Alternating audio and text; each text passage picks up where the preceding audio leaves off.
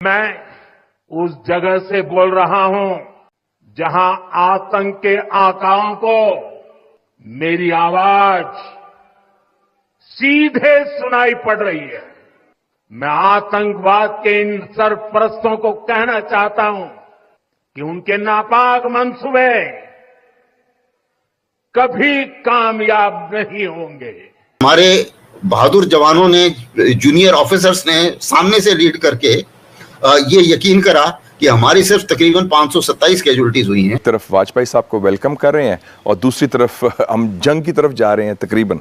और बल्कि मुझे याद है डिफेंस सेक्रेटरी ने ब्रीफिंग दी थी कैबिनेट को, जनरल इफ्तिखार अली खान, तो उन्होंने कहा था कि ये बड़ा गलत हुआ है और ये नहीं होना चाहिए था। आप प्राइम मिनिस्टर के बहुत करीब थे उन दिनों। प्राइम मिनिस्टर ने आपसे कुछ शेयर किया कि उनको कैसा महसूस हुआ? शौक भी था और एक मायूसी भी थी। असली एशिया कप और ज्यादा पेचीदा होता चला जा रहा है। ये जो असली डोरेंट लाइन पे अफगानिस्तान और पाकिस्तान के बीच में एशिया कप चल रहा है, रोमांच से भरता जा रहा है। हर समय नए मोड़ आ रहे हैं। अब आप अंदाजा लगाइए, पाकिस्तान के ही कई सारे मीडिया चैनल्स और वेबसाइटें न्यूज की ये क्लेम कर रहे हैं कि 1000, 2000, 5000, 10,000, 15,000 नहीं, 30,000 से भी ज्यादा लोग हो सकते हैं जो बढ़े चले आ रहे हैं पाकिस्तान बॉर्डर की तरफ।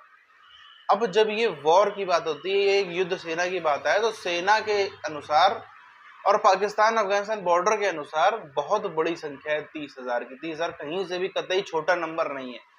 30,000 यानी कि आप एक तरफ तो एक पहले से मौजूदा कई हजार लोग हैं जो लड़ रहे हैं अफगानिस्तान की तरफ से तालिबानी बॉर्डर पर, और प्लस ये पीछे से और फौज आ रही है।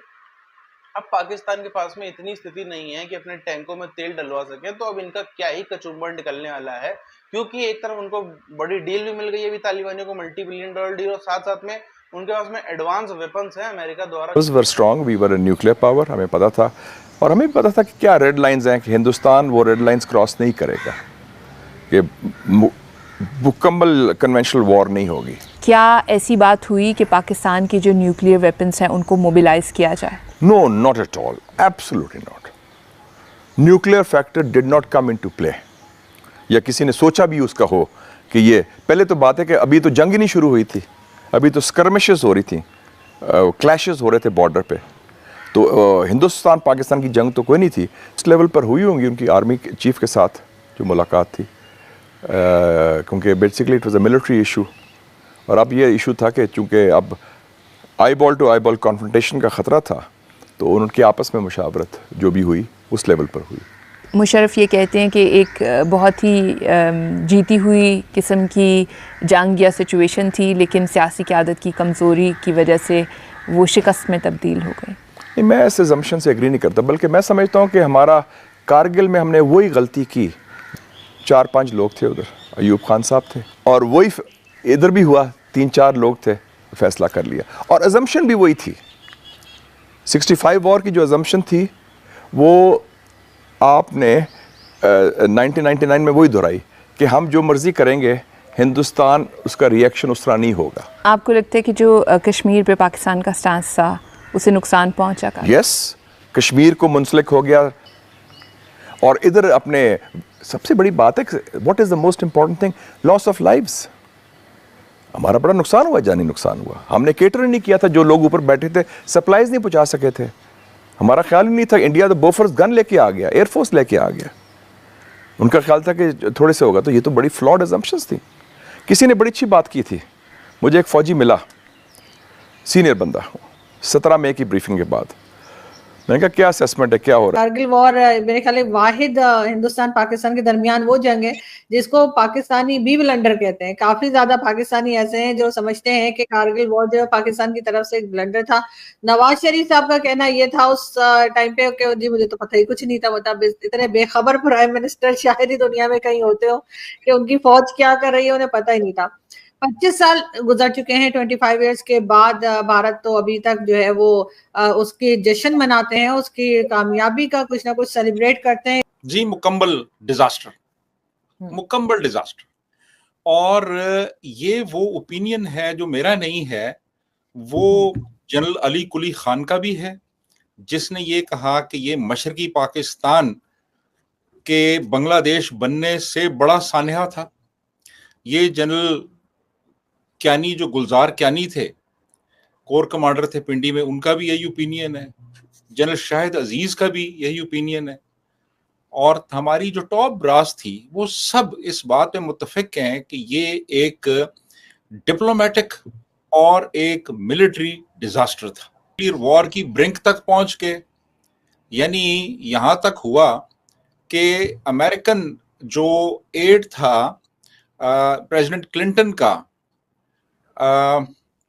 उसने ये कहा, ब्रूस राइडल ने, कि जनाब ये हमारी इंटेलिजेंस ने ये इमेजेस लिए कि पाकिस्तान ने कुछ न्यूक्लियर वेपन्स जो हैं उनको मूव किया, और बाद में रिपोर्ट्स हैं कि इवन इंडिया की तरफ से भी मूवमेंट हुई। तो ये पूरा खित्ता जो था 1.5 अरब इंसानों का, ये न्यूक्लियर वॉर की बिल्कुल एक एज तक पहुंच चुका। तरह का मार्शल लॉ लगा दिया गया, और हमने अपने फौजियों को वहां पे उनकी लाशों को एक्सेप्ट करने से इनकार कर दिया कि जी हमारे तो फौजी ही नहीं है। ये जो डीमोरलाइजेशन हुई हमारी फौज के अंदर, कि आपने उनको अंदर घुसाया और फिर उनको आपने उनके हाल पे छोड़ दिया। और यानी इंटरनेशनल लेवल पे जो हजीमत उठानी पड़ी, यानी बाकायदा तौर पे प्रेसिडेंट क्लिंटन ने नवाज शरीफ को डांटा कि ये क्या किया आप लोगों ने। फरवरी में और मई के शुरू में ये शुरू कर देते हैं कारगिल, और इसमें पूरी यानी फौज को एतमाद में नहीं लिया जाता। यानी आप फौज तो क्या, मैं आपको बताता हूं कि कौन कौन लोग थे इसमें ये जनरल जावेद हसन था जो कमांडर FCNA था, जो हमारा एक पूरा डिवीजन है नॉर्दर्न एरियाज में, उसका कमांडर था। उसके बाद फिर चीफ ऑफ जनरल स्टाफ था जनरल अजीज। उसके बाद जनरल महमूद था, लेफ्टिनेंट जनरल महमूद, जो कि कमांडर 10 कोर था। और उसके बाद मुशर्रफ। यानी ये 4 लोग थे। इवन जो DGMO था, यानी जिसकी कमांड, जो पूरी फौज की जितनी भी ऑपरेशनल प्लानिंग और जो ऑपरेशंस होते हैं उनका इंचार्ज होता भी बाद में बैठता है, जिसके अंडर वो FCNA, उसको पता था। उसके अलावा तो बाकी कोर कमांडर्स को भी नहीं पता था। और उसका नतीजा क्या निकला फिर, यानी बाद में इल्जाम लगाता रहा नवाज शरीफ के ऊपर कि जी नवाज शरीफ को तो बताया था। नवाज शरीफ को यार क्या बताया था तुमने? नवाज शरीफ, और मैं जाती तौर पे समझता हूं कि हमारे जो पॉलिटिकल लीडरशिप है ना, उसको भी ज्यादा एनलाइटेंड होना चाहिए फौजी ऑपरेशंस के बारे में, और ज्यादा प्रोएक्टिवली इनसे पूछना चाहिए कि ये आप क्या कर रहे हैं, ये आप हमें बताएं। पहले ही कोई समस्याओं का जो पहाड़ टूट पड़ा था पाकिस्तानियों पे, वो कम नहीं हो रहा था। अब तालिबानी 1000, 2000, 5000, 10,000 नहीं, जैसी रिपोर्टें आ रही पाकिस्तानी मीडिया की, कई सारी पाकिस्तान की कई सारी अपनी वेबसाइट्स है, कई सारे न्यूज़ चैनल्स हैं जो रिपोर्ट कर रहे हैं कि 30,000 तक भी जो तालिबानी हैं संभवतः वो आ रहे हैं।